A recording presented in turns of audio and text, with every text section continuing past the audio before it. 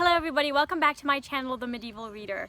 So today I am doing a recent reads. I haven't done one, I think, this entire year on BookTube, so it's about time. I wanted to talk about two books that I've read recently, and I want to talk about them together instead of doing individual review videos for each, because my criticism of both books are pretty similar, and they have to do with the representation of women. In addition, I enjoyed both books. Now, one I enjoyed more than the other, but I actually do recommend both works. So even though I have similar concerns about the way women are represented, I still really enjoyed both books. So the first book that I read was Native Son by Richard Wright. This is definitely considered a modern classic. It was published in 1940, and this book follows Bigger Thomas, who is an African-American young man. He's, I think, 21 years old, and he lives in the inner city Black Belt of the Chicago South Side. He has lived in some kind of a juvenile detention center, and it's because of the detention center that he gets employed by the Daltons. So Mr. Dalton is an upper middle class white man who has a daughter named Mary, and his wife is blind. He really believes in giving a second chance to African Americans who have been neglected. He claims to have a lot of compassion and pity for Black people. He sees himself as a philanthropist, and that's the reason he gives for hiring Bigger Thomas.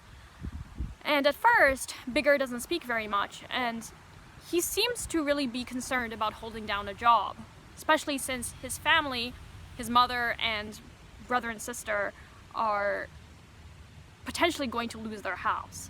And so anyway, he gets hired to be Mary Dalton's chauffeur. So Mary is, I think, about Bigger Thomas's age, and she goes to university, and he's supposed to drive her to the university.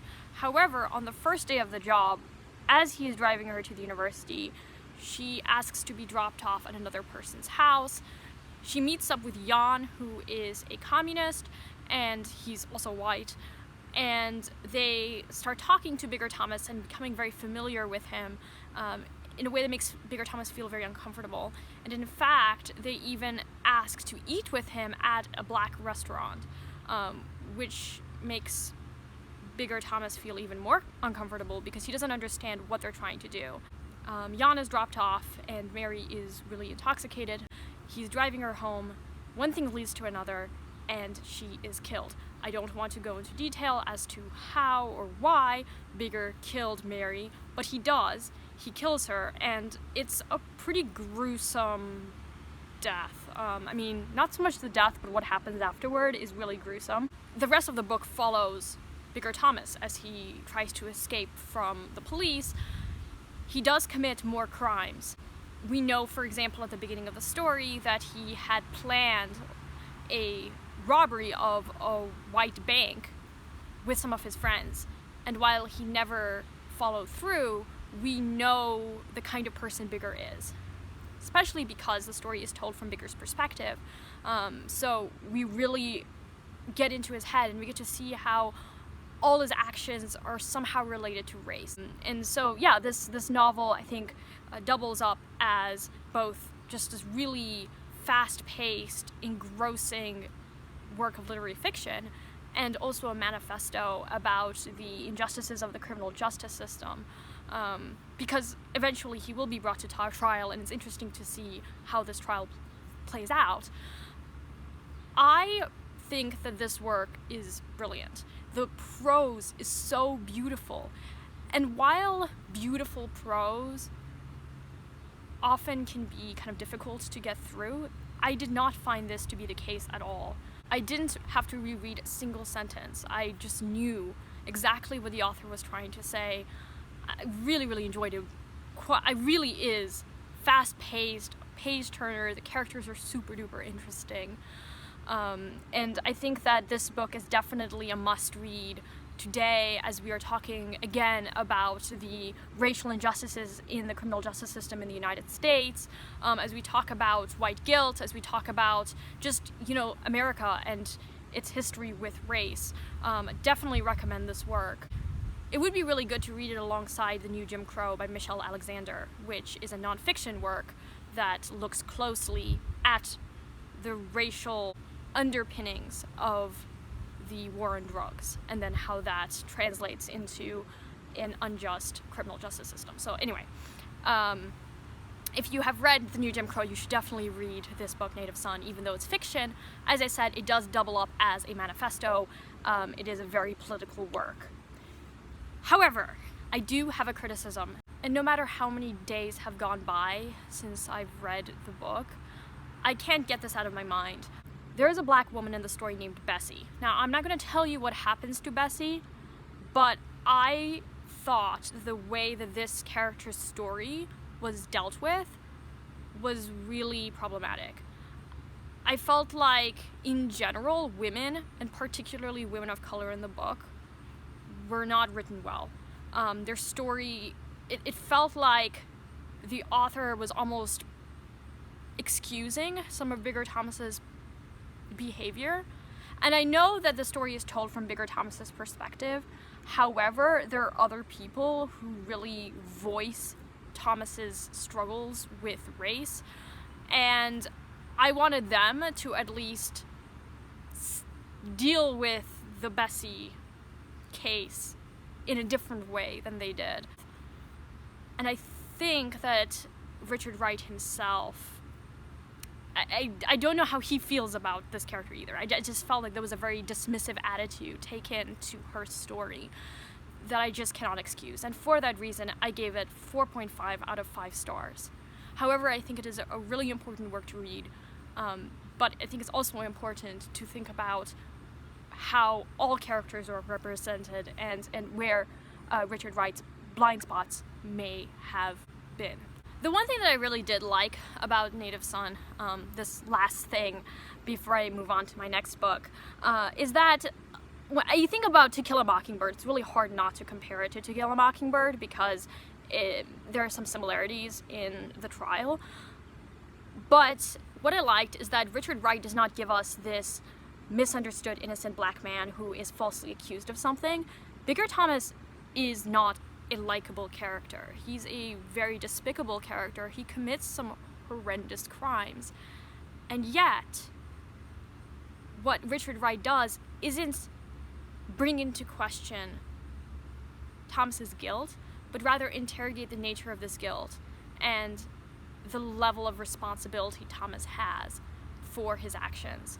And I think that was, I really, really like that. And it makes this work nuanced and much more, I think, relevant, because when we talk about crimes, it's not about someone being necessarily falsely accused, but about how their crime is dealt with differently. A black man's crime, for example, is dealt with differently than a white man. And I thought that Richard Wright did a good job there. So that's my review of Native Son. And then the second book that I read was 100 Years of Solitude by Gabriel Garcia Marquez, who was a Colombian author. He passed away in 2014. 100 Years of Solitude is arguably his most famous work, published in 1967. It is considered a landmark of a genre called magical realism. Now, if you're on BookTube and you follow someone like Jen Campbell, you know what magical realism is. But I had never really read much magical realism apart from Jen Campbell's collection. I'd also read Mama Day. It's by, I forget her first name, but her last name is Naylor, and I recall that being magical realism as well. So anyway, 100 Years of Solitude follows a number of generations of one family, the Buendia family, in this imaginary town in Colombia called Macondo. And the magical elements include a flying carpet that some traveling gypsies introduce to the patriarch of the family, Jose Arcadio Buendia, and his 2 sons. And there's also some levitation. There are children who are occasionally born with pig's tails. So these kind of elements, while minor, can sometimes take you by surprise if you're not expecting them. Of course, it is Marquez, so I was expecting them. Still, they were a bit surprising. So Jose Arcadio Buendia has 2 sons. One just runs away and he does his own thing. The other son actually becomes a revolutionary, and the parts of the story about the Civil War in this imaginary town, Macondo, was really, really interesting. Particularly liked how Marquez was dealing with the revolutionaries and how the revolutionaries become normalized, and how the conservatives are able to normalize the revolutionaries so that they are not a threat anymore. I thought that was really, really interesting. I also liked Ursula. She is a very strong woman, and you get to see how all of these men's actions in this town affect her. The men aren't always very responsible, and it's not just her, but a lot of different women really suffer because of what the men do. I think this novel too, in a really interesting way, 100 Years of Solitude reminded me a lot of Saints' Lives, where you have these folkloric supernatural elements mixed in with more natural elements, and in that way this novel really interrogated the nature of reality. What is reality? There were times when I felt that Marquez was really trying to challenge the way that we think about reality by bringing in elements from Colombian folklore, potentially, or something that resembles Colombian folklore. And so I really, really like that, again, because I work on Saints' Lives, and it was just really interesting to see the comparison between the two works. Because of Marquez's emphasis on women, and there is a lot of emphasis on women, I did think for a moment that Marquez was actually challenging the machismo in his culture. However, Marquez is a pretty messed up mind. There's rape, there's incest, there's pedophilia. I mean, you can question whether it would constitute pedophilia, because you can see that maybe the story starts in the 17th century, and so okay, maybe that wouldn't be considered pedophilia at the time, but there's some pretty messed up things.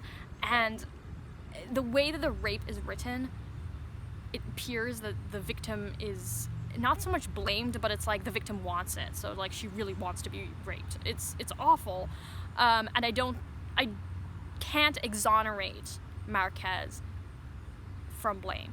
Not being sure about how Marquez felt about it, and at times sensationalizing rape, like I said. So I decided to talk about this book alongside Native Son because both are really interesting. I mean, I much preferred Native Son to 100 Years of Solitude. However, I did give 100 Years of Solitude 4 stars out of 5 because it was quite a page-turner. I was really interested in the family and in the different characters. Like I said, I really, really liked how Marquez was interrogating the nature of reality and war and just Colombian culture, and I thought that was really, really interesting. However, I am concerned about the way that women are treated. I would love to read another work by Marquez, but let me know if Marquez, how you feel about Marquez's representation of women. And also, Richard Wright, have you read 100 Years of Solitude or Native Son? Have you read other things by them? Thank you everybody for watching, and I will talk to you later. Bye now.